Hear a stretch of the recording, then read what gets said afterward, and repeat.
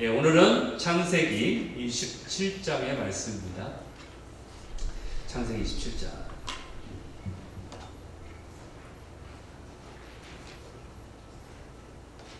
창세기 27장 6절에서 45절인데요. 다 읽으면 너무 길어서 제가 좀 간추렸습니다. 중간에 좀 이렇게 스킵해서 넘어갑니다. 6절 여러분들이 7절 읽겠습니다. 제가 읽습니다.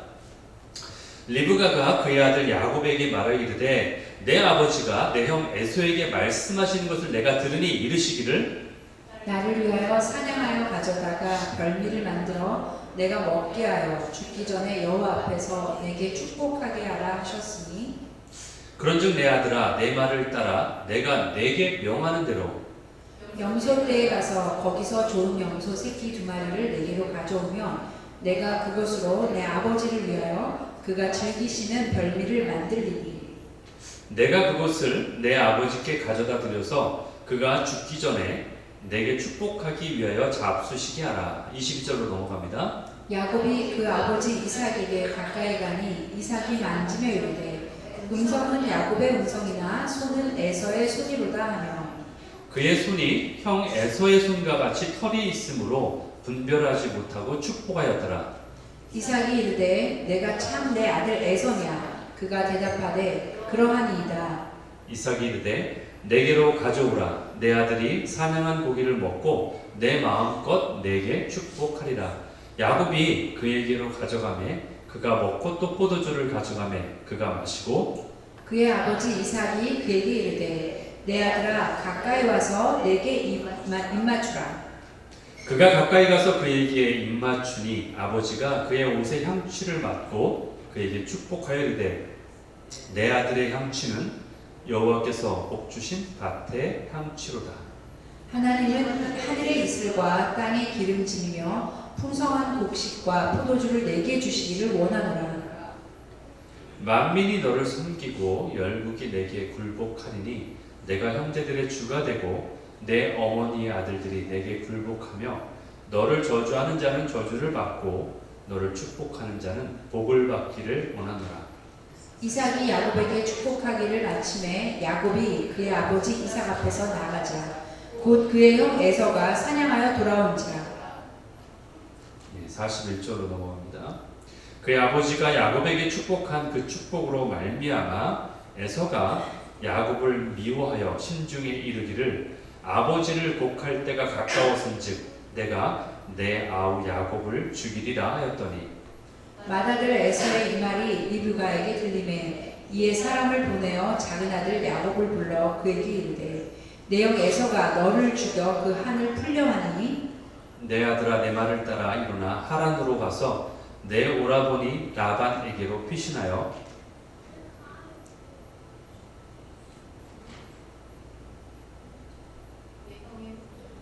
내 44절 없나요? 없어요? 예, 제가 읽겠습니다. 내 형의 누가 풀리기까지 몇 날 동안 그와 함께 거주하라. 45절 같이 읽습니다. 내 형의 분노가 풀려 내가 자기에게 행한 것을 잊어버리거든 내가 곧 사람을 보내어 너를 거기서 불러오리라. 어찌 하루에 너희 둘을 기르랴. 아멘. 예, 여기까지 읽겠습니다. 오늘 창세기 27장 말씀 같이 한번 이렇게 전체적으로 봤는데 이 본문을 가지고 우리가 함께 나눌 제목을 나의 사랑 안에 거하라. Abide in my love. 나의 사랑 안에 거하라. 이런 제목으로 함께 나누도록 하겠습니다. 예. 우리는요, 우리 인생은 원래 영적인 존재로 그렇게 창조를 받았죠. 예. 하나님과 함께 영적인 존재라는 게 뭐 어떤 형이상학적인 그런 게 아니라 영적인 게 뭐예요? 하나님과 함께하는 게 영적인 존재예요. 하나님은 영이시니, 그렇죠? 하나님은 영이시니. 하나님과 함께하는 존재로, 영적인 존재로 그렇게 창조를 받았어요. 그런데 우리가 이 땅에 살다 보니까 영적인 일보다는 세상이 바로 눈에 보이는 그러한 일들에 자꾸 우리의 시선이 가게 되죠. 왜냐하면 우리가 그걸 보게 되니까 그렇죠. 더 많은 관심과 애정을 가지게 되는 것이 사실이에요. 그래서 분명히 영적인 존재로 창조를 받았는데 그럼에도 불구하고 영적인 것에 관심 갖기보다는 점점 더 이 땅에 있는 것에 관심을 갖게 되는 그런 크리스찬들, 세상 사람들은 당연하지만 크리스찬들이 그렇게 되어가고 있다는 것은 이제 더 이상 놀라운 일도 아니라는 거죠. 예. 오늘 본문에 나오는 에서가 바로 그러한 자예요. 예. 에서에 대한 첫 번째 기록이 어디 나오냐면 창세기 25장, 우리가 이미 본 창세기 25장 27절에서 34절에 나옵니다. 거기에 여러분들이 잘 아는 사건이 나와요. 그게 뭐냐면은 팥죽 한 그릇에, 그렇죠, 그게 정확히 팥죽은 아니지만 팥죽 한 그릇에 장자권을 동생인 야곱에게 그냥 넘기는 것, 그 팔아버린 사건, 그렇죠? 그것이 나와요. 에서는 사냥하는 사람이었어요. 그래서 들에서 활동하기를 좋아하고 나가서 사냥을 주로 하는 그런 친구였어요. 그래서 밖에 나가 사냥을 하고 돌아왔더니 너무 배가 고프죠. 활동했으니까. 너무 배가 고픈 나머지 이제 허기가 져 있는 상태에서 있는데 마침 그때 야곱이 팥죽을 끓이고 있었어요. 어떤 음식을 끓이고 있었는데 거기서 보니까 너무 배가 고파가지고 야곱에게 말하는 거죠. 그걸 달라. 이제 요구를 하는 거예요. 그러니까 동생 야곱이 머리가 잘 들어가요. 평상시에 자기가 생각하고 있던 뭔가가 있었어요. 그러니까 그걸 내세우는 거죠. 뭐예요? 장자권. 그 태어날 때부터 그 자기가 장자가 되려고 했었다고 했잖아요. 그렇죠? 뱃속에서부터. 그래서 이때다 싶어서 꾀를 내서 그 장자권과 이 팥죽을, 음식을 맞바꾸자. 서로 트레이드하자. 예, 팔아라. 그 얘기예요. 그렇죠? 그러니까 에서가 이렇게 얘기하죠. 아, 그건 좀 안 되겠는데? 내가 아무리 배가 고파도 그렇지 장자권과 맞바꾸자는 게 말이나 되냐? 이러지 않았다라는 거죠. 그렇죠? 예, 이러지 않았죠. 여러분들 의아하게 생각하는데 이렇게 반응했으면 좋았겠지만 이렇게 반응하지 않았어요. 야곱의 말에 주저했나요? 아니요. 조금도 주저하지 않았어요. 조금도 생각하지 않았어요. 망설이지도 않았어요. 그냥 옛다. 장자권 그게 보이지도 않으니까 그냥 너 가져. 장자권 너 가져. 팥죽국 빨리 내놔. 이렇게 바꿔버리죠. 그렇죠? 왜냐면은 이렇게 바꾸는 이유는요. 장자권이라는 것이 당장 자신에게 유익처럼 느껴지지 않기 때문에 그렇죠. 뭐 장자권이 내가 있다고 해도 받아들여도 그게 당장 뭐 야곱하고 다를 게 뭐가 있어. 내가 지금 가지고 있는 어떤 유익이 없는 거예요. 그러니까 그것을 그냥 넘겨버리는 거예요. 아버지인 이삭이, 아버지가 이삭이잖아요. 이삭이 세상을 떠날 때에 다른 아들, 즉 야곱이겠죠. 다른 아들에 비해서 2배의 축복을 받는 게 장자권이에요. 2배의 축복을 영어로 뭐라고 되어 있냐면은 더블 포르션이라고 되어 있어요. 더블 포르션. 2배로 받는 거예요. 그게 장자권이에요. 그렇게 알고는 있지만 그 축복을 받을 때가 언제예요? 아버지가 돌아가실 때죠. 그럼 아버지가 지금 막 쌩쌩하게 살아있는데 그때가 언제 될지 모르잖아요. 그렇죠? 지금 당장도 아니고 그게 5년 후가 될지 10년 후가 될지 20년 후가 될지 알 수가 없어요. 당장 보이는 게 아니에요. 그러니까 기약도 없는 먼 앞날 훗날의 일이기 때문에 현재는 그것이 나에게 중요하게 느껴지지 않는 거예요. 에서가 생각할 때 당장 나에게 이익이 오는 것도 아니잖아요. 그러니까 언젠가 받게 된다고 얘기는 있지만 당장 나에게 이익도 없고, 그러니까 당장 내한테 중요한 것은 뭐예요? 배고픈 거예요. 당장 나에게 필요한 거는 이 배고픔을, 허기를 채우는 것. 그게 나의 당장의 이익이란 말이죠. 그래서 그것을 생각하다 보니까 이것을 해결하는 것이 나에게 더 중요해. 이렇게 결론에 이르게 되는 거죠. 에서가. 그렇죠? 여러분, 많은 사람들이 하나님의 나라에 대해서 알고는 있어요. 들어서 알고 있죠. 특히 크리스찬들은 더 잘 알겠죠. 그런데 정작 하나님 나라에 대해 관심이 없어요. 왜 없어요? 당장 이익이 없으니까 나에게. 먼 훗날인 건 알고 있어요. 그게 5년인지 10년 후인지 20년 후인지 50년 후인지 당장 알 수 없기 때문에 의미가 없다라고 생각한다라는 거예요. 마치 이 에서가 장자권에 대해 생각하는 거와 똑같이 우리는 생각하고 있는 거죠. 지금 당장 내게 필요한 것, 지금 당장 내가 당면한 문제 해결이 나에게는 더 중요하고 이것이 가장 중요한 요소인 거예요. 나에게. 이것이 나의 인생의 가장 중요한 부분이라고 생각하며 살아가게 된다는 거예요. 여러분, 책 하나를 소개해 드릴게요. 혹시 읽으신 분도 계실 수 있는데 2005년에 발매된 책이에요. 베스트셀러가 됐습니다. 그 책이. 우리 한국말로도 번역이 됐어요. 미국 책이에요. 미국 영어 제목으로는 Don't eat the marshmallow yet. 이런 식이에요. Don't eat the marshmallow yet. 머시멜로 아시죠? 머시멜로. 우리말로는 머시멜로우 이야기라는 제목으로 그렇게 발매가 됐어요. 이 책은 자기 개발서예요. 책의 어떤 내용이 나를 어떻게 개발할 것인가 그거에 관련된 책이에요. 이 안에 보면 중요한 어떤 포인트가 있는데 실험을 했어요. 3살, 4살 되는 아이들, 꼬맹이들이 3살, 4살 되는 그러한 아이들을 200명을 데리고 실험한 내용이에요. 200명을 데리고 그 200명을 각각 방에다가 넣어요. 방에다가 한 명씩 넣습니다.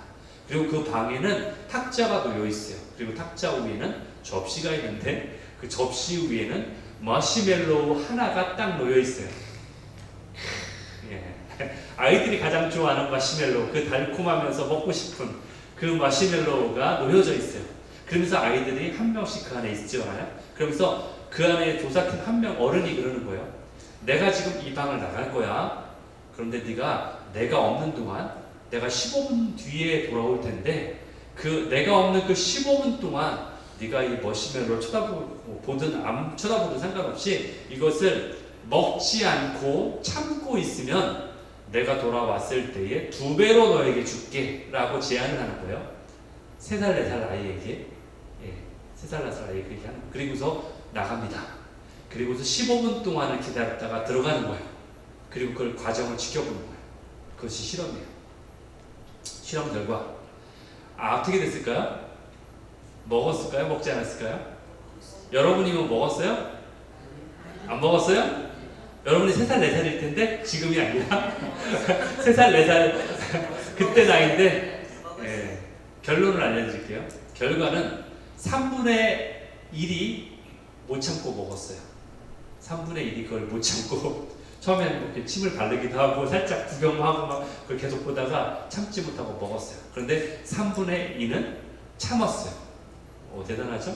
참고서 그리고 나서 15분 뒤에 와서 2개를 줘가지고 2개를 먹게 되었대요. 그런데 이 실험의 목적은 바로 드러나지 않았어요. 실험의 목적은 그때 그걸로 끝나는 게 아니었어요. 14년을 기다려요. 이 조사팀들이. 14년 후에 이 실험의 의도를 아는데 어떻게 아느냐? 14년 후에 이 실험에 참가했던 자들을 다시 찾아가요. 그리고 그들의 모습을, 행적을 조사해요. 그동안의 학교 성적을 비교해 보는 거예요.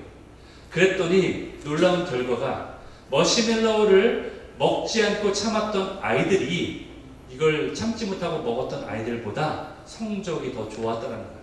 그리고 사회성도 더 뛰어나다는 것을 알게 되었다는 거예요. 그래서 이 머시멜로우의 이야기는 뭐냐? 바로 인간이 거절하기 힘든 유혹을 우리에게 보여주고 있는 거예요. 이런 유혹을 참아내야지 미래의 성공을 거둘 수 있다. 그래서 이 책은 그거에 관해서 우리에게 알려주는 책이에요. 그게 바로 베스트셀러가 된 책 이름이에요. 책 내용이에요. 여러분 어쩌면요 우리는 바로 이 머시멜로우 이야기에 나오는 아이들과 같다라는 생각을 해봐요.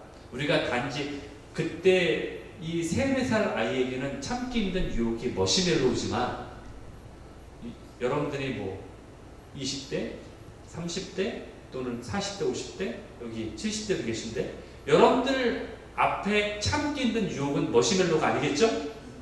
뭘까요? 그게 있다면 여러분들이 그걸 견딜 수 있는가? 이것을 생각해 볼 수 있다는 거예요. 그렇죠? 그게 무엇이든 간에. 오늘 본문에서 에서는요 너무나 쉽게 자기에게 중요한 것을 중요하게 여기지 않고 잊어버렸어요. 그렇죠? 마치 머시멜로우를 앞에 두고 그 팥죽이 머시멜로우였어요. 이 에서 앞에서는. 그래서 그것을 잃어버리고 자신의 장자권을 달랑 팥죽 한 그릇에 그냥 팔아 넘겨 치워버린 거예요. 몇 년 전 유행했던 유행어가 저는 떠올라요. 한국에서 제가 한국에 있을 때에 이 유행어가 굉장히 유행했는데 이것은 영화의 한 장면에 나오는 말이에요. 대사 내용이에요. 근데 제가 그 영화를 본 건 아닙니다. 근데 하도 유명해가지고 사람들이 그 얘기를 하도 해가지고 제가 들은 건데 근데 그 의미는 너무나 저에게 와닿았어요. 너무나 강렬하게 와닿았어요. 그 한마디는 제가 영화를 안 봐도 뭔 말인지 알 것 같아요. 그 말을 왜 했는지 딱 와닿았어요. 그 말은 바로 이 말이에요. 멋이 중요한데 멋이 중요하냐고. 이게 그 대사 한마디예요. 이 말이 너무나 딱 강렬하게 제가 듣는 순간 안 봐도 그 말을 할 수밖에 없었던 이유를 제가 깨닫게 됐어요. 이 말은 에서가 들어야 될 얘기예요. 그렇죠? 무엇이 중요한디? 무엇이 중요하냐고, 그걸 왜 깨닫지 못하냐고.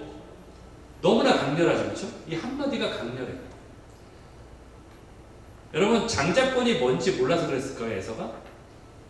그러지 않았어요. 뭔 중요한지 알고 있어요. 그런데 당연히 알고 있는데, 왜 당연히 알고 있는지 어떻게 알 수 있어요? 지금 분노하잖아요. 속은 걸 알고 분노하고 있잖아요. 장자권을 빼앗긴 것에 대한 결과를 보고서 분노하고 있잖아요. 그래서 심지어는 내 동생을 죽이고야 말겠다. 왜? 아버지가 이제 거의 돌아가실 때가 됐으니까 내가 죽여도 괜찮겠다고 생각한 거예요. 지금 그렇게 말하고 있잖아요. 여러분, 장자권이 받을 그 축복이 그렇게 중요하다는 것을 에서는 알고 있었는데, 그것을 아는 것과 그것이 삶의 실제 가운데 내 삶의 중심에 있는 것과는 다르다는 거예요. 내 삶에 당장 내가 입어야 되는 것, 내가 먹는 것, 내가 마시는 것, 당장 나에게 필요한 것들, 내가 느껴지는 대로 살아가는 이것이 정말 더 중요하다라고 에서는 그렇게 생각했다라는 거예요. 네가 이것을 먹으면 행복해질 거야. 네가 이것을 입으면 행복해질 거야. 내가 이것을 마시면 정말 행복해질 거야. 너에게 이것만 있으면 너무나 행복할 거야. 너는 누가 이러죠? 누가 이래요? 세상이 그래요. 광고에서 듣는 얘기잖아요, 여러분들. 광고는 네가 이것을 사봐. 그러면은 얼마나 편한데, 얼마나 편한데. 이것이 있으면 너 그 얘기 뭐 행복해질 거야. 그 얘기잖아. 너 이거 있으면 편리해질 거야. 행복해질 거야. 이렇게 광고하지. 야, 너 이거 있어도 좀 불편할 수도 있어. 이렇게 광고하나요? 이거 있어도 이거 단점은 뭔지 알아? 이렇게 얘기하나요? 이거 단점은 좀 무거워. 이거 귀찮을 수도 있어. 잃어버릴 수도 있어. 이렇게 얘기하지 않죠, 광고는. 그렇죠? 세상은 여러분에게 이것만 있으면 네가 행복해질 거야. 이 차만 있으면 너는 편리할 거야. 이것만 입으면 네가 너무 멋있어질 거야. 저 광고에 나오는 저 연예인처럼 보일 거야. 이렇게 얘기하잖아요. 이것만 있으면 네가 행복해질 거야. 그게 세상이 하는 얘기예요. 메시지예요. 여러분에게 주고 있는 메시지예요. 세상은 이렇게 우리의 시선을 사로잡는 미끼를 계속 던지고 있어요. 미끼예요. 그게 미끼, 여러분. 사실은. 물론 내가 미끼인 줄 알면서도 그래도 난 저게 필요해 해가지고 사긴 사겠죠. 그렇죠? 예, 제가 지금 그러나 세상은 계속 우리에게 미끼를 던집니다. 그러면서 우리에게 뭐라고 하는지 앞에서 아른거리게, 우리 눈앞에 계속 계속 광고에 노출시키는 거잖아요. 아른거리게 만든 눈에서. 그래서 뭐라고요? 물어 이러고 있어요. 계속 세상은 물어. 아닌 것 같아요? 세련된 방법으로 그렇게 하고 있는 거예요. 세련된 방법으로 노출시키면서 우리에게 세상이 말하는 메시지를 계속 투영시키고 있습니다. 여러분, 특별히 오늘날 우리뿐 아니라 다음 세대도 그러잖아요. 여러분, 다음 세대들이 뭘 통해서 주로 요즘에 메시지를 받고 있는 줄 알아요? 틱톡. 짧은 영상들 탁탁탁 지나 그 안에 굉장히 짧다는 건 뭔지 아세요? 인스턴트죠. 그렇죠? 이제 기르면 안 봐요, 사람들이. 왜냐하면 짧은 거 안에, 짧다는 얘기는 뭐냐면 그 안에 결론이 금방 나와야 된다는 얘기예요. 그렇죠? 그만큼 빨리빨리 진행돼야 된다는 얘기고, 짧다는 얘기는 뭐예요? 그 안에 모든 메시지가 다 들어가야 되는 거예요. 처음부터 결론까지 다 빨리 나와야 돼요. 그러니까 결론은 뭐예요? 멋진 여자들이 막 하면서 머리 하면 틱톡 하면서 이렇게 하면 나도 어떻게 하면 저렇게 예뻐질까 하면서 관심 갖게 되죠. 그렇죠? 저 여자가 화장하면 저 여자가 뭘 썼는지. 그러니까 틱톡 하거나 유튜브 하는 유튜버들이 왜 인플루언서가 되는 거예요? 왜 영향을 가져요? 그들에게 영향을 받으니까 영향을 주는 인플루언서라고 말하는 거죠. 사람들이 그 영향을 받으니까. 그러니까 그들에게 광고 협찬을 하죠. 이것 좀 공짜로 주면서 이거를 네가 한번 써봐. 그럼 사람들이 그 영향을 받으니까. 가방도 주고 유명한 메이커에서 화장품도 주고. 여러분 아시나요? 그런 거? 그들에게 공짜로 줍니다. 요즘은 준 연예인급이 돼서 그들에게 공짜로 그걸 줘요. 일부러 그걸 가지고 촬영을 하라고. 왜냐하면 사람들이 영향을 받으니까. 여러분들, 요즘 아이들은요, 음악이나 인터넷이나 틱톡이나 인스타그램이나 이런 것을 통해서 은연중에 세상의 메시지를 받고 있는 거예요. 내가 그걸 거부하려고 해도 내가 그거에 영향을 받고 있어요. 우리도 마찬가지예요. 어른들도 마찬가지예요. 여러분, 세상에 흐르는 이러한 거대한 물줄기가 있어요. 거대한 물줄기가 세상에 있어요. 그런데 세상의 물줄기를 따라가는 건 쉬워요. 왜 쉬운지 아세요? 왜 쉬울까요? 여러분들 수영 못해도 따라 물줄기에 흘러가면 돼요. 그냥 나는 가만히 있잖아요. 내가 물살이 막 있는데 내가 거기 가만히 떠 있기만 하면 그냥 흘러가는 거예요. 여러분들이 아무 할 필요 없어요. 뭘 젖거나 뭐 이럴 필요 없어요. 그냥 가만히 있으면 흘러가기 때문에 세상과 같이 동행하는 건 쉽습니다. 그것만큼 쉬운 건 없어요. 그냥 똑같이 살아가면 돼요. 누가 뭐 어떤 가르침 따를 필요도 없어요. 그런데 물줄기를 거슬러 올라가는 거는 쉬운 게 아니에요, 여러분. 여러분 혹시 수영할 때 물줄기 거슬러서 올라가 본 적 있으신지 모르겠는데, 수영은 아니어도 혹시 배를 노를 저을 때 물줄기를 거꾸로 막 노를 도저히 안 됩니다. 거꾸로 못 올라가요. 힘이 없으면. 여러분들 거슬러 올라가는 건 쉬운 게 아니에요. 사람들이 여러분에게 그럴 거예요. 왜 굳이 거꾸로 올라가려고 하는데? 대세 순응하면 되지. 왜 그렇게 힘들게 사냐고. 꼭 그 정도까지 예수를 믿어야 돼? 이렇게 하는 거예요, 여러분에게. 이렇게 대놓고 얘기하지 않을 수도 있어요. 그러나 은연중에 이러한 메시지를 전하고 있다는 거예요. 왜 꼭 굳이 그렇게까지? 아니면 여러분 스스로도 이런 질문을 스스로 할 수도 있어요. 내가 꼭 이렇게까지 믿어야 될까? 큰일 날 뻔했어. 목사님 설교 듣고서 잘못하면 예수님 믿을 뻔했어. 마음 탓하지 마. 이러면 안 돼. 이러면 안 돼. 자중해야지. 혹시 여러분 스스로가 그렇게 다짐하고 있는 건 아닌가요? 여러분, 우리가 알아야 될 것은 오직 살아있는 물고기만이 그것을 헤엄쳐서 올라갈 수 있습니다. 오로지 떠내려가는 건요, 죽은 물고기만이 떠내려가요. 여러분의 영은 살아있습니까? 죽어있습니까? 죽은 물고기만이 떠내려간다니까요. 그것을 인식하지 못하고 살아갈 수도 있어요. 여러분, 에베소서 2장 2절에 이런 말씀이 있습니다. 그때의 너희는 그 가운데 행했다. 이 세상 풍조가 대세죠. 물줄기죠. 큰 세상의 물줄기. 그것을 따르고 있었다. 흘러가고 있었다. 그게 뭐예요? 공중의 권세자 자를 따랐던 거죠. 불순종의 아들들 가운데 역사하는 그런 악한 영을 너희가 따른 거다. 이렇게 말하고 있어요. 로마서 12장 2절에 이런 말씀도 있어요. 여러분은 이 시대의 풍조를 본받지 말고, 흘러가지 말아라. 제발 떠내려가지 말아라. 마음을 새롭게 함으로 변화를 받아. 변화가 돼야지 거꾸로 올라갈 수 있죠. 헤엄쳐 올라갈 수 있죠. 하나님의 선하시고 기뻐하시고 온전하신 뜻이 무엇인지 분별하도록 하라. 깨닫지도 못하고 그냥 예전에 제가 그런 비유 든 적 있잖아요. 그 불이 있는데 모기가 I can help you. 근데 이게 좋다. 하다가 쿵 들어가네. 죽는 건지 알면서도 글로 들어가는 거예요. 마치 그러한 자들처럼 우리가 살아갈 수 있어요. 뻔히 알면서도 어쩔 수 없어 나는 이렇게. 뻔히 아는데 정말 어쩔 수가 없나요? 여러분, 에서는 장자의 축복에 대해 분명히 알고 있었고 또 그것을 원하기도 했지만 그럼에도 불구하고 당장의 육신의 이익만 도모했던 사람이에요. 아니, 배고픈 게 그렇게 중요합니까? 물론 중요하긴 해요. 제가 1차적인 우리의 욕구를 중요하지 않다고 말하는 게 아니라 장자권보다 중요하냐는 거예요. 제가 말하는 거는. 여러분의 이 땅에 보여지는 그런 니드가, 필요가 정말 영원한 세계보다 중요하냐는 거예요. 단지 이 50년, 60년, 70년, 제가 50년이라고 얘기하는 것은 50년이 전 생애가 아니라 여러분 남은 생애를 얘기하는 거예요. 50년, 60년, 70년까지 살다 할지라도 남은 생애를 영원한 세계와 맞바꿀 수 없잖아요.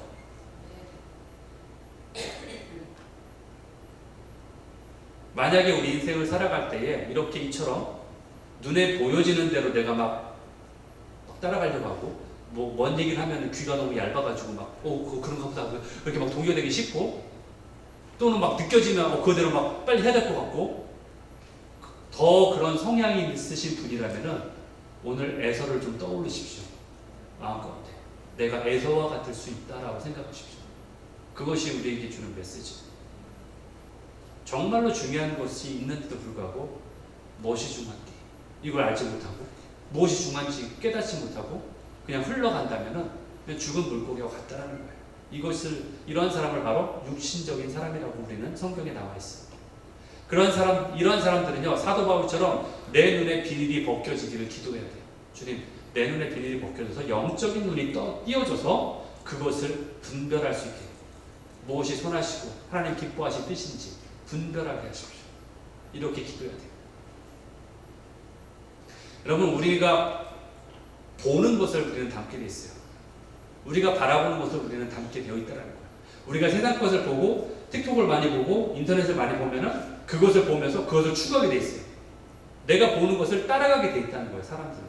운전도 마찬가지예요. 여러분 혹시 운전 배우는 분 계세요? 제 딸이 요즘에 운전 배우고 있는데, 여러분 운전 배울 때 그거 아셨죠? 뭘 아시냐면은 뭐 핸들 잡고 있는데 내가 만약에 오른쪽을 쳐다보잖아요? 핸들이 어떻게 되는 줄 아세요? 경험 안 해보셨나 보다? 오른쪽 쳐다보면 핸들이 오른쪽으로 가요, 이렇게. 그렇게 돼 있어요. 저도 그런 경험이 있는데, 제가 달리는, 예를 들어서 덤프트럭 옆에 달리잖아요? 덤프트럭에 달리는 제가 그걸 추월하는데, 덤프트럭 달리다, 이게 되게 무섭다고 생각해서 그걸 보기 위해서 덤프트럭의 바퀴를 보거나 이렇게 쳐다보잖아요? 그러면 내가 이렇게 핸들이 자연스럽게 일로 돌아가게 돼 있어요. 잘 모르시는구나. 보는 쪽으로 가게 돼 있는 거예요. 보는 쪽으로 끌리게 되어 있는 거예요. 보는 대로 담게 되어 있는 거예요. 고린도후서 3장 18절에 이런 말씀이 있어요. 우리가 다 수건을 벗은 얼굴로 거울을 보는 것 같이 주의 영광을 본다. 그렇죠? 내가 영의 눈이 트이면 주의 영광을 보게 돼요. 지금 이 땅에서도. 그러나 나중에 되면 어떻게 돼요? 더 정확하게 주의 영광을 보겠죠? 그와 같은 형상으로 변화되어 영광에 이르게 된다. 무슨 얘기냐? 우리가 영광을 보면은 그처럼 우리도 변하게 된다는 거예요. 모세가 주님의 영광 가운데 거했을 때 그의 얼굴이 광채가 났던 것처럼 우리가 주의 영광을 보니까 주의 형상을 보니까 그대로 변화돼서 영광으로 이르게 된다. 영광으로 이르게 된다라고 말하고 있는 거예요. 우리가 보는 것을 담게 되었는데 무엇을 보느냐가 그래서 중요하다는 거예요. 그분의 영광을 바라보느냐 아니면 세상의 가치를 바라보느냐, 이것이 중요하다는 거예요. 여러분, 에서에 대한 두 번째 기록은 그의 결혼에 관한 이야기가 나오는데 바로 26장 34절 35절에 나오고 있어요. 여러분, 아버지 이삭은요, 바로 에서의 아버지 이삭은 한 아내인 리브가와 오랫동안 함께 살았어요. 한 남편에게 한 아내가 있다는 것은 하나님이 우리에게 세워주신 원리예요. 일부 일처제, 일부 다처제가 아니라 그것이 바로 하나님이 세우신 원리예요. 십계명에 보면 첫 번째는 너는 나 외에 다른 신을 두지 말라. 이게 바로 하나님이 말씀하신 건데, 그러면서 하나님은 우리와의 관계를 신랑과 신부의 관계로 소개하고 있어요. 성경에 보면 너는 나 외에 다른 신을 두지 말라고 하면서 너와 나는 신랑과 신부의 관계야. 그러면서 그것을 어디서 배우게 하셨냐? 우리의 가정에서 배우게 하신 거예요. 그러면서 아담과 하와를 통해서 그 가정에서 신랑과 신부의 관계를 통해서 나와 너의 관계, 하나님과 우리의 관계를 배우도록 하신 거예요. 그게 바로 가정이에요. 그 하나님과 우리의 관계를 알도록 만들어 주신 샘플이 바로 가정인 거예요. 그래서 우리에게 허락하신 거예요. 그래서 주님은 하나님과 우리 사이에 그 어떤 것도 끼어들기를 원치 않으세요. 그것을 가정을 통해서 배우게 하셨는데 에서는 이런 거에 관심이 전혀 없었다는 거예요. 하나님의 가치 기준, 하나님의 신앙 기준, 이것에 전혀 관심이 없었어요. 아버지 이삭은 바로 친족에게서 아내를 얻었어요. 당시에 친족에게서 물론 얻는 것 자체가 그 당시의 관습이기도 하지만 그 얘기는 뭐냐면은 바로 믿는 자 안에서 아내를 얻었다는 얘기예요. 그러나 에서는 이방인에게서 아내를 얻었다는 거예요. 결국 근원적으로 에서는 하나님이 원하시는 것에 관심이 없다는 것을 알 수 있는 대목이에요. 그래서 당장 내 삶에 초점은 맞췄지만 하나님이 원하시는 것을 잊고 산 자가 바로 에서라는 거예요. 그렇다면 에서의 이 결혼이 40대, 그가 40대에 결혼했는데 바로 성경에 나옵니다. 26장 35절, 34절, 35절에 나오는데 이 결혼을 그러면 그 부모가 다 찬성했을까요? 찬성하지 않았어요. 어떻게 할 수 있냐? 35절에 뭐라 나왔냐면은 그들이 바로 에서와 그 아내를 만든 그 일들이 이삭과 리브가의 마음에 근심이 되었다라고 나와 있어요. 바람직한 결혼이 아니었다라는 거예요.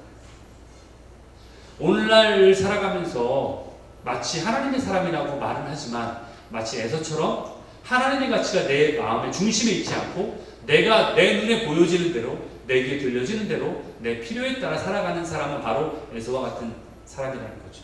그러한 자가 있을 수 있다는 거예요. 이러한 자를 주님은 뭐라고 하시냐면 마태복음 15장 14절의 말씀처럼 이렇게 말씀하세요. 이것은 맹인이 맹인을 인도하는 것과 같다라고 말씀하세요. 여러분, 맹인이 맹인을 인도하는 이런 어처구니 없는 일은 벌어지지 않죠, 그렇죠? 누가 맹인이 맹인을 인도합니까? 눈이 멀쩡히 보는 사람이 소경을 인도하겠죠, 그렇죠? 그런데 이런 일이 왜 벌어질까요? 그 이유는 스스로가 소경이라고 생각하지 않기 때문에 그래요. 본인도 소경인데 다른 사람은 소경인 걸 분명히 알고 있지만 본인도 소경인데 본인이 소경이라고 생각하지 않기 때문에 이러한 현상이 일어난다는 거예요. 그래서 예수님이 그렇게 말씀하시고, 즉 영적 감각이 없는 사람은 자신이 잘하고 있다고 그렇게 생각할지언정 자신이 알지 못하고 있고 자신이 보지 못한다라고 생각하지 않는다라는 거예요. 그래서 너는 맹인이야라고 말하는 말이에요. 그런데 너희가 바로 또 다른 맹인을 인도하는 거하고 똑같은 일을 하고 있다라고 이렇게 말씀하는 거예요.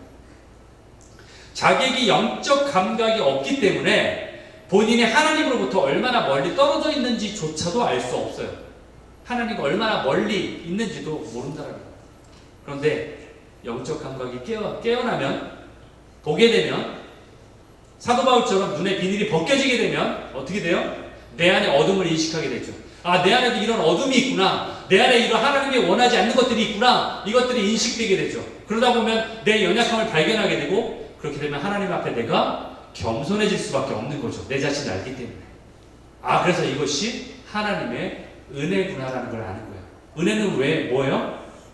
받을 수 없는 자가 받는 게 은혜예요. 당연히 받아야 되는 자가 받는 게 은혜가 아니라 받을 수 없는 자가 은혜인 받는 것이 은혜예요. 그렇기 때문에 이것이 은혜인 것이 느껴지는 사람은 뭐예요? 내가 그것을 받을 수 없는 자는 것을 깨닫고 주님이 주신 것을 내가 알기 때문에 그것이 나에게 은혜가 되는 거예요. 내가 당연히 한 거에 대한 대가로 받은 게 아니기 때문에.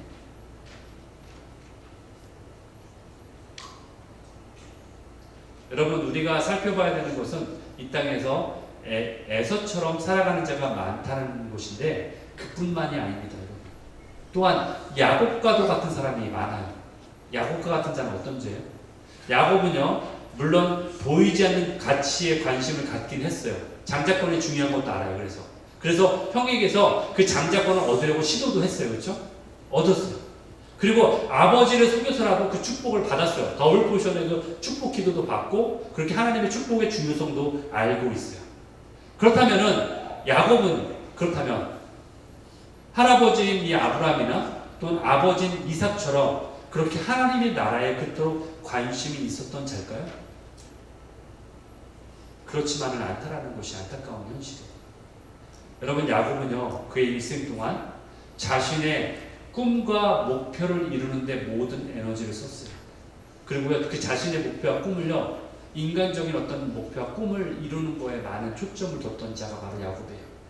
그리고 모든 계획을 스스로가 계획했고, 그리고 스스로가 그것을 이루려고 그렇게 노력했던 자가 바로 야곱이에요. 그래서 어떤 때는 그것을 성취함으로 인해서 성취감도 느끼고 좋아했지만, 또 어떤 때는 그것이 실패할 때 그 고통으로 인해 슬퍼하고, 또 그것 때문에 쓰디쓴 인생의 고난을 맛봤던 자가 바로 야곱이기도 해요. 야곱의 이러한 고백이 있어요. 그가 인생의 끝자락에 바로왕 앞에서 자신의 인생을 고백하는 순간이 있었는데 그때 이렇게 고백합니다. 야곱이 바로왕 앞에 이렇게 아뢰는데, 내 나그네의 길의 세월이 130년인데 그 세월은 험악한 세월을 살았습니다 라고 이렇게 고백을 합니다.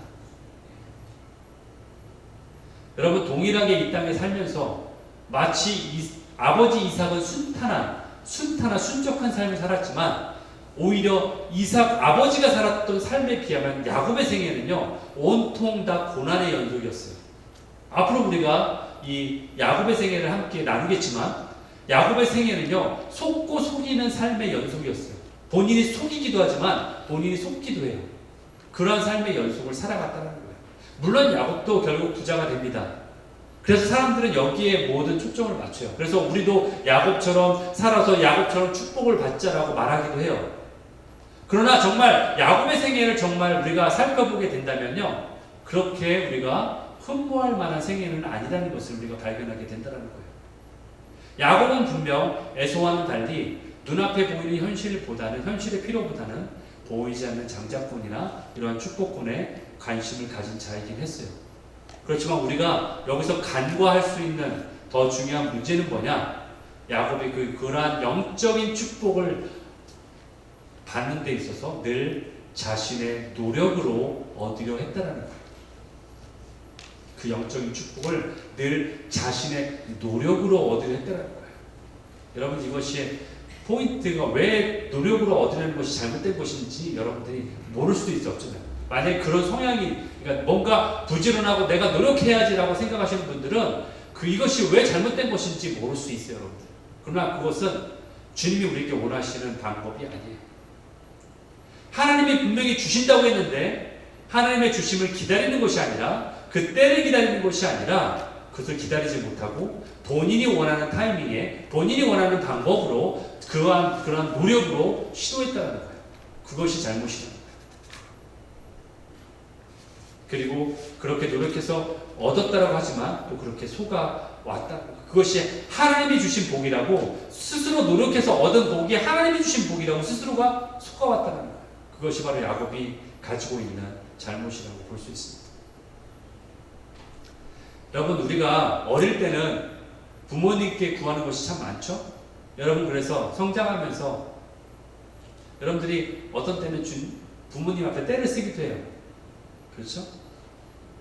떼를 많이 안 쓴 분도 계시지만 저같이 저도 떼를 썼어요. 어떤 때는 밥도 안 먹고 방에 들어가서 문 걸어 잠그고 데모하기도 하죠. 여러분, 그런 경험 없으세요?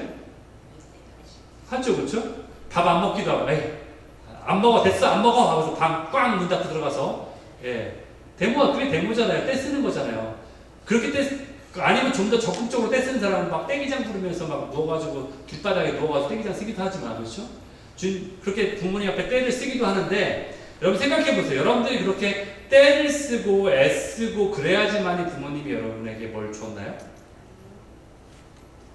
여러분들이 그렇게 구하거나 떼쓰지 않아도 받은 게 너무 많잖아요. 그렇죠? 더 많아요. 여러분들이 만약에 떼쓰고 애를 써야만이 부모님을 또 준 거였으면 엄마가 수저 안 줬다고 떼써야 되고, 엄마가 머리 비켜주지 않는다고 떼써야 되고, 다 해야 되죠. 그렇죠? 그러나 부모님이 알아서 때가 되면, 그렇죠?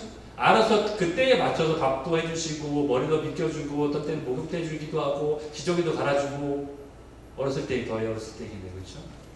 우리가 당연히 부모님이 한테 구하지 않아도 우리에게 주었던 것이 더 많다는 것을 우리가 알게 된다는 거예요. 어릴 때는 부모님께 구하지만 우리가 장성하게 되면은 부모님 앞에 떼쓰지 않아도 주님을 주신다는 것을 알게 된다는 거예요. 그래서 이제 커가면서 이제는 떼쓰지 않고 부모님과 밥도 같이 먹으면서, 꼭 밥을 안 먹고 데모하지 않고서가 아니라 밥도 먹으면서 그렇게 자연스럽게 부모님으로부터 얻어낼 수 있지 않습니까? 그런데 야곱의 신앙은 그게 아니라는 거예요. 무조건 떼쓰고 무조건 자기 힘으로 뭔가를 얻어내려고 애썼던 모습이 바로 야곱의 모습이었다는 거죠. 여러분, 야곱처럼 우리가 미리 앞서서 뭘 취하려고 몸부림치지 않더라도 때가 되면 주님의 공급하심이 자연스럽게 우리에게 오는 그 축복, 이것이 더 좋지 않습니까? 이런 축복을 받는 게 꼭 애쓰고 떼써야지만이 받는 축복이 필요한가요, 여러분들? 이러한 것을 마음껏 누리시는 여러분 되시기 바랍니다. 이것이 믿음이라고 히브리서 11장 1절은 말하고 있어요. 네가 꼭 애쓰고 떼쓰지 않아도 주님이 주시는 걸 기다리는 것이 믿음이야. 이것을 현대어 성경 버전에 이렇게 말하고 있어요. 믿음은 무엇입니까? 믿음은 우리가 바라는 것이 반드시 이루어진다는 확신을 갖는 게 아닙니까? 그렇죠? 또한 아직 눈앞에 보이지 않더라도 미래의 일일지라도 우리가 기대하는 것이 반드시 우리를 기다리고 있다는 것을 의심하지 않는 게 아니겠습니까? 이것이 바로 믿음이에요. 바라는 것의 실상이요 보이지 않는 것의 증거입니다라는 또 다른 이 의미를 해석하고 있죠. 오히려 구하지 않는 것을 받는 것이 더 은혜입니다. 내가 구하지 않는데도 그것을 받는 것이 더 은혜라는 거예요. 내가 노력한 만큼 받거나 또는 내가 주님 앞에 금욕해야 되고 고행해야 되고 인내한 만큼의 대가로 받게 된다면은 그것은 일한 종이 받게 되는 당연한 싹과 같은 거예요. 아니면은 내가 자판기에 지불한 돈만큼 받게 되는 그러한 거와 똑같은 거예요. 주님과 우리의 관계는 거래의 관계가 아니에요. 은혜의 관계예요.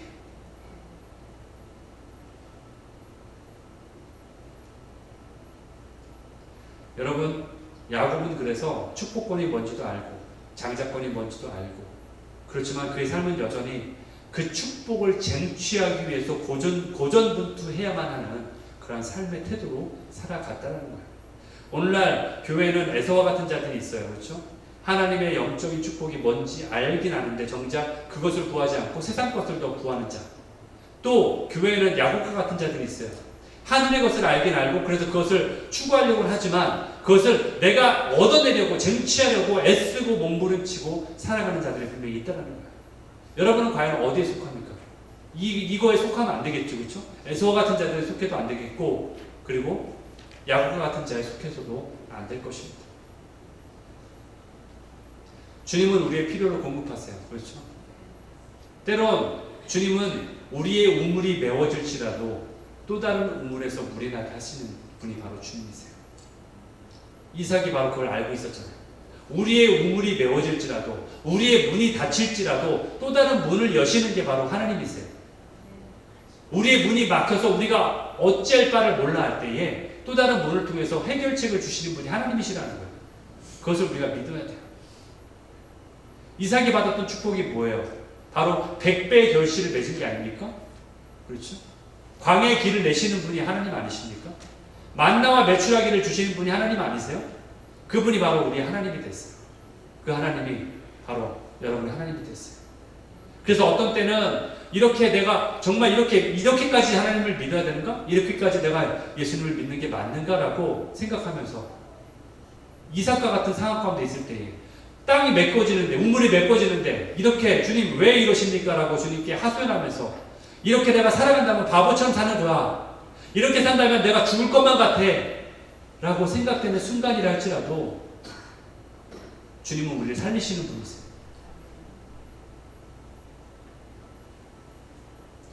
시편 107편 9절에 이렇게 말씀하고 있어요. 오직 이것을 사모하는 자에게는 영혼에게 만족을 주시는 분이시다. 오직 이것을 줄인 자에게는 그것을 채워주시는 주님이시다. 사모하는 게 뭐예요? 갈망하는 거죠. 줄이는 거 뭐예요? 배고픈 건데 이것은 내가 배고프다는 것은 물리적인 배고픔이 아니라 우리의 육신적인 배고픔이 아니라 영적인 배고픔을 말하는 거예요. 갈망한다라는 거예요. 주님은 채워주세요. 나의 갈망을 배고픔을 잊게 하세요. 우리에게 이런 갈망함이 있기를 기도해야 돼요. 만약에 우리에게 이런 갈망이 없다면 바로 에서와 같은 자가 될 거예요. 그렇죠? 만약에 우리에게 이런 갈망함이 있다면 근데 그런 갈망함이 있음에도 불구하고 세상의 방식대로 이것을 얻으려 한다면 우리는 야곱과 같은 인생이 될 거야. 그렇죠? 주님 우리에게 이러한 갈망함이 있을 텐데 아브라함처럼 이삭의 신앙처럼 주님이 때를 기다리면서 주님이 우리에게 100배의 결실을 맺게 할 것을 우리가 기다리며 그 축복을 바라면서 또한 우리가 내 삶이 막힘이 있을지라도 또 다른 문을 여시는 그 주님이 계시는 것을 알기 때문에 내가 주님 안에 거하는 삶을 살아야 된다는 거예요. 요한복음 15장 9절 마지막 말씀을 보고 마치겠습니다. 아버지께서 나를 사랑하신 것 같이 나도 너희를, 예수님이죠. 예수님도 우리를 사랑하셨으니 나의 사랑 안에 거하라. 여러분 하나님이 예수님을 얼마큼 사랑하셨는지 아세요? 이런 거 없이 생각해 보셨어요? 하나님이 예수님을 얼마나 사랑하셨을까? 생각해 본 적 없으시죠? 하나님은, 물론 예수님은 하나님이시니까 당연히 사랑하시겠지. 이렇게만 생각하셨지. 하나님이 예수님을 어떻게 사랑하셨을까? 이런 생각 안 해보셨죠? 엄청나게 사랑하셨는데 이 말씀, 지금 보고 계신 이 말씀을 통해서 우리가 알 수 있어요. 예수님이 우리를 위하여 십자가에서 목숨을 주시기까지 사랑하신 것만큼 그처럼 하나님이 예수님을 사랑하신 거예요. 예수님이 어떻게 그렇게 우리에게 십자가에 주고 목숨을 주실 수 있으신지 아세요? 먼저 그 사랑을 받았기 때문에 그게 가능했던 거예요. 그걸 경험했기 때문에 하나님이 자녀인 독생자인 아들을 그렇게 사랑하신 것을 먼저 경험했기 때문에 나도 너희를 그 사랑으로 너희를 사랑한다라고 말씀하신 거예요. 저 말씀이 너무나 중요해요. 그래서 그것을 알 수 있는 거예요. 아, 하나님이 그렇게 사랑하셨구나, 예수님을. 그런데 그 사랑을 우리에게도 주셨구나. 목숨으로 주시는 그 사랑. 이 땅에 어느 부모도 자신의 목숨으로 자녀를 사랑하기가 힘든데 이미 예수님이 우리에게 주신 그 사랑. 그런데 주님이 뭐라고 하시냐면은 그 사랑 안에 거하라. 그 사랑 안에 있으면 돼. 그러면은 절대로 너희들이 망하지 않아. 절대로 두려움 가운데 너희들이 있게 하지 않을 거야. 절대로 이삭에게 구했던 그 하나님이 너희의 하나님이야. 나에게 그 사랑을 주었던 예수님이 말씀하신 그 사랑 안에 거하라. 그 사랑이 예수님의 사랑이 하나님의 사랑이에요. 바로 예수님이 경험했던 그 사랑 안에 우리가 거하기를 원하십니다. 이삭에게 행했던 그 사랑, 우물을 메워줘도 또 다른 우물을 나오게 하시는 그 사랑, 나의 필요를 아시기 때문에 척박한 그 광야에서도 100배의 결실을 맺게 하실 수 있는 그 사랑 안에 거해라. 심지어는 야곱과 같이 막 애쓰며 몸부림치며 투쟁하듯이 그 사랑을 얻으려고 그렇게 안 해도 주는데, 그렇게 안 해도 얻을 수 있는데, 그렇게 안 해도 이미 확정된 사랑인데, 그러한 야곱조차도 사랑하셨던 그 사랑 안에 거하라라고 주님 말씀하세요. 나는 너의 하나님이다. 나는 너의 사랑하는 하나님이다. 놀라지 마라. 내가 너를 붙잡아 줄 것이다. 두려워하지 마라. 내가 너를 강하게 도와줄 것이다. 이 하나님의 말씀이 우리와 함께함을 믿습니다. 나는 너의 하나님이야. 그렇기 때문에 내가 너와 함께할 거야. 주님이 오늘 말씀하세요. 그 사랑 안에 거하기를 우리가 소망했으면 좋겠습니다. 함께 찬양으로